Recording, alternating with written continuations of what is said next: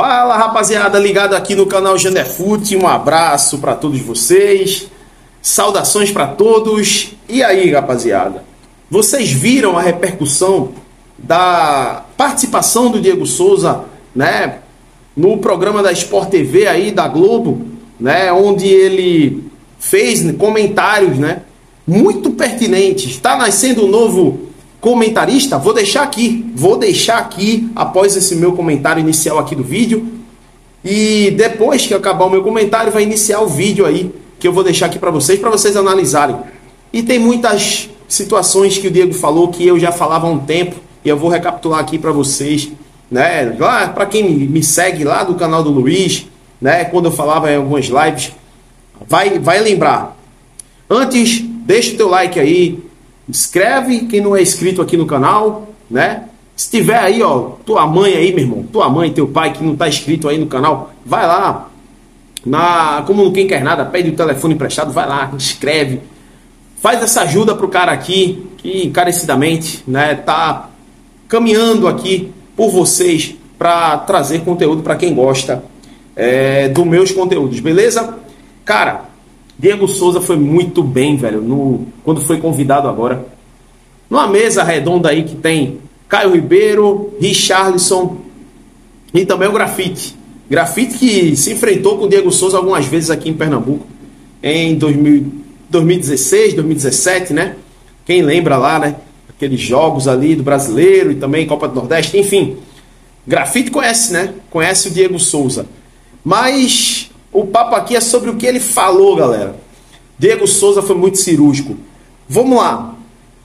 Pouca gente ou algumas pessoas sabem que Luiz, quando me chamou para trabalhar no canal dele, inclusive um abraço aí pro Luiz, ele vai confirmar, ele sabia que eu tinha fontes, eu trabalhava com notícias na época. E eu tinha fontes que diziam tudo que acontecia no vestiário e no treino. E aí eu dizia para ele, né, eu meio que tipo falava algumas coisas e acontecia depois, e aí ele entendia, poxa, pô, vai ter sentido, tal. E estava no direito também de não acreditar tanto, né, porque ele não me conhecia, inclusive.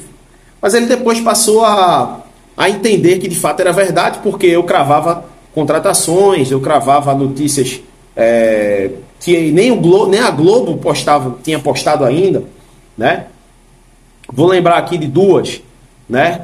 A renovação do Maidana, eu vazei primeiro do Globo Esporte do que qualquer outra página, né? Quem seguia o Luiz Heitor e também me seguia nessa época, em 2021, lembra que eu cravei isso 2 horas antes de qualquer site divulgar, até porque na época, né, o Maidana ia para o Santos dobrou a proposta, não sei o que, do Sport, aí o Sport foi, cobriu a proposta do Santos e ele ficou. Na época, muita gente desacreditou em mim, né? Sabe de nada, não é impossível o Maidana ficar no Sport, vai pro Santos. E ele acabou ficando. E a outra foi da contratação daquele cara, né? O atacante, né? Que veio do Fluminense, ele jogou no Corinthians, né? Me esqueci agora o nome do ponta, velho. Everaldo.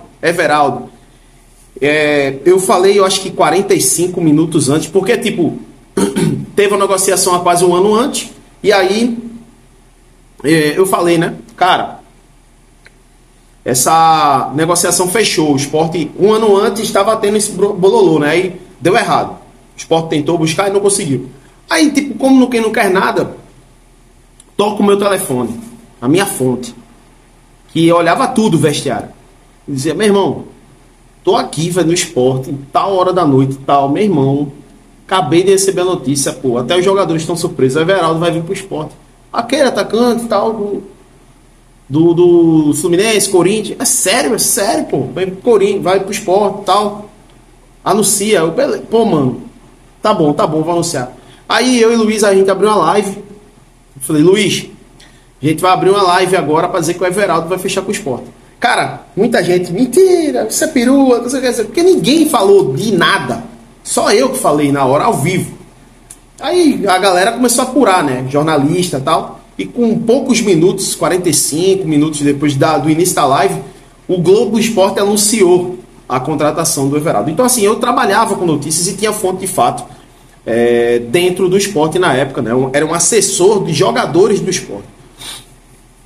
E aí, velho, eu falava muitas coisas no extracampo. E pouca gente dava tanta moral. Falava, meu irmão, não é assim. Porque assim, eu entendo que o torcedor, ele tem aquela questão da paixonite, né? Aquela paixão e cega pelo jogador, pelo clube, ou por qualquer coisa.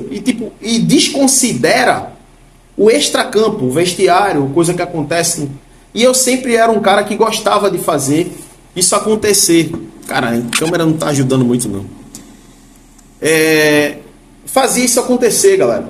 Eu dava as notícias de extracampo, que acontecia, meu irmão, teve briga extracampo aí, teve briga no vestiário depois desse jogo aí e tal, fulano, ciclano. E aí, velho, o Diego Souza, ele bateu nessa tecla usando o exemplo do Botafogo. Ele falou assim: o caso do Botafogo não era para ter treinador para falar de tática para aquele time num momento difícil. Vocês vão ver, né? Não só falou disso, né? 5 minutos de vídeo, inclusive, um pouco menos de 5 minutos esse vídeo. Ele falou assim, ó, a gente que é jogador, e principalmente Diego Souza, ele tem propriedade acima dos outros comentaristas, porque ele acabou de aposentar, então ele viveu o extracampo há pouco tempo, né? Olha ele lá descendo. Ele viveu o extracampo, então ele sabe do que está falando, né? E aí, galera, ele falou, ó, no Botafogo, pelo que eu entendo do futebol, eu rodei esse Brasil aqui, o Botafogo perdeu o título porque precisava de um pai. Os jogadores estavam meio que capengando pela frustração aí de ter com o título na mão, né? E de repente perder o título, coisa e tal. E aí, na minha concepção, se chegasse um pai ali puxando o vestiário, puxando os jogadores, em vez de dar pancada, coisa e tal, eu acho que o Botafogo poderia avançar aí e ganhar o grupo novamente. O Botafogo os caras estavam abalados, e aí receber mais porrada, principalmente do torcedor do Botafogo, que viu a momento tão próximo ali, né, de ser campeão e coisa e tal, e perder tão facilmente ali, derrota após derrota.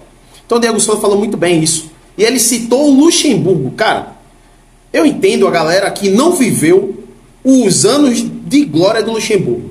Eu entendo isso aí. Mas não é coincidência que todo jogador, inclusive Diego Souza no vídeo, fala bem do Luxemburgo como um dos mestres do vestiário. Muita gente, né, teve aquele negócio, Diego Souza e Luxemburgo aqui em 2017, teve muita briga e tal, mas se ele tivesse tanta essa rixa mesmo, como ele tinha sido falado na época, que a imprensa fomenta também muito isso, e é mais uma coisa da imprensa fomentando coisas, o Diego Souza não ia citar o Luxemburgo agora, mas ele citou muito bem, tirando como exemplo, né, de que tipo, o Luxemburgo teve um jogo que o Palmeiras estava perdendo para um time pequeno do interior, e quando chegou no vestiário, o Luxa não desceu a porretada nos outros não. Ganhou o grupo, chamou o grupo para cima e superestimou o grupo, dizendo que ia ser campeão paulista em 2008. E ele foi campeão. Então assim, Luxemburgo, de fato, sempre está na boca, na língua de todos os jogadores e ex-jogadores, sem sombra de dúvida, e o vídeo está muito bom. Vou deixar o vídeo aí agora para vocês assistirem. Eu só joguei no Brasil. Eu saí algumas vezes, mas eu fiz minha carreira inteira no Brasil. Para falar de estadual, de campeonato brasileiro, eu acho que eu tenho propriedade para falar, porque eu já passei de tudo que você possa imaginar aqui dentro do futebol brasileiro. E você pegar um treinador que ele não tem que não é unanimidade, que é um cara que com todo respeito, saiu de algumas equipes com problema. Cara, aqui no futebol brasileiro, o seu time está passando por uma situação difícil. Você está falando do Thiago Nunes? Estou falando do Thiago. Se o time está passando por uma situação difícil, a única coisa que você não tem que ter é tática. Tática, todo mundo sabe um pouco de futebol, você joga a vida inteira. O que você precisa para o Botafogo? Pai. Um cara que não está preocupado em segurar emprego. Que ele vai chegar ali, ele vai trazer a equipe do Botafogo vai trazer todo mundo pra ele. O Antônio fez no Corinthians isso agora. Não existe. Você traz os caras pra você dá confiança pra eles, você faz o que tiver que ser feito. E aí você vai pro jogo com toda a liberdade do mundo para os meninos jogarem, para as coisas acontecerem, porque hoje em dia os caras já estão pressionados. E pressão boa, porque ele tá jogando futebol. Mas o cara se sente...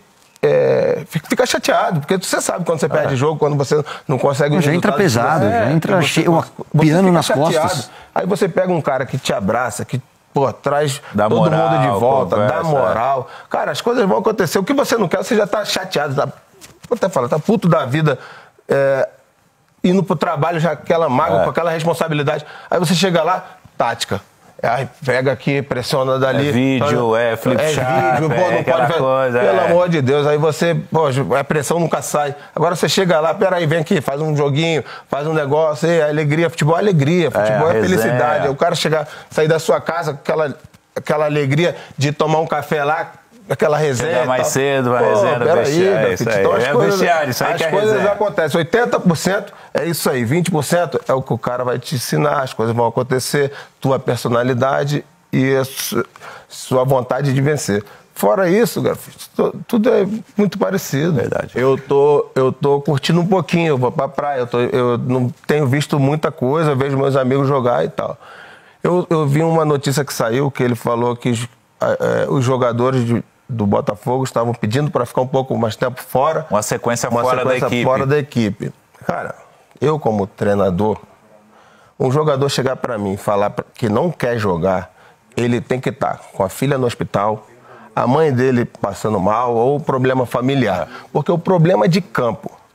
Ele chegar para mim e falar que não quer jogar, ele tem que ir embora do Botafogo. Eu vou expor ele para a diretoria, para alguém, vou conversar, você tem que sair do Botafogo, porque isso não é coisa que o cara fale, porque aquele é o trabalho dele. Como é que o cara, no meio do trabalho dele, ele só pode sair daquela situação entrando em campo, dando carrinho, matando um leão por dia. Só ali pode dentro mudar a situação jogando. Assim. Então, essa situação eu não aceito para qualquer tipo de jogador. E eu também não acredito que um jogador de futebol, com todo o respeito, que veste a camisa do Botafogo, chegar e falar assim, eu quero ficar de fora. Pelo amor de Deus. Isso é muito para mim. Eu acho que o cara, para dar uma entrevista dessa que tem jogador, eu acho que ele tá arrumando uma desculpa.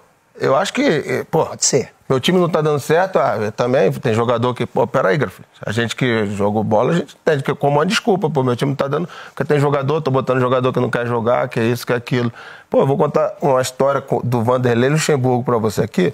A gente tava jogando contra um time em Ribeirão Preto, não vou saber qual time agora. Você no Palmeiras. Eu no Palmeiras, 2008, tinha acabado de chegar no Palmeiras. A gente jogando contra um time em Ribeirão, ele tinha tirado o Diego Cavalieri e voltou o Marcão pro time. Aí o Marcão tomou um gol de longe, acho que nós perdemos pro Rio Claro, não lembro qual era o time agora. Mas nós perdemos o jogo, todo mundo já estava assim, no meio de tabela do Paulista, aí todo mundo chateado, né, aquela situação ruim, né, perder um jogo que você é favorito e tal. Chegou no vestiário e falou, senta todo mundo aí. Senta todo mundo aí. Aí ele foi falar assim, ei, hoje eu vi um time de verdade. Aí eu olhei pro Léo, o outro olhou pro outro, falou, cara, esse cara tá ficando maluco, meu. Hoje eu vi um time de verdade. Hoje aqui nós saímos campeão paulista. Aí eu falei, cara, esse cara tá maluco, nós perdemos pro time dos caras, pelo amor de Deus, tinha 2 jogadas, jogava pra frente, os caras... Aí eu falei, cara, tá ficando maluco. Não deu outra, começamos a ganhar, fomos campeão paulista em 2008. Como é que pode? Uma parada dessa que todo mundo achou que quando ele ia reunir, ia dar uma ele vai pegar aqui, ele vai pegar pelo pescoço. Isso é liderança. Isso é confiar no trabalho. Sabedoria, né? Isso é coisa que ele sabia que o momento era difícil. Aquilo é malandragem, Vanderlei. Momento horroroso. Ele falou, o quê? Se der porrada nesses caras, o que vai acontecer? Ele falou coisa que, a gente jogou, tinha jogado porra nenhuma. Ele até mentiu, mas ele mentiu por uma coisa benéfica.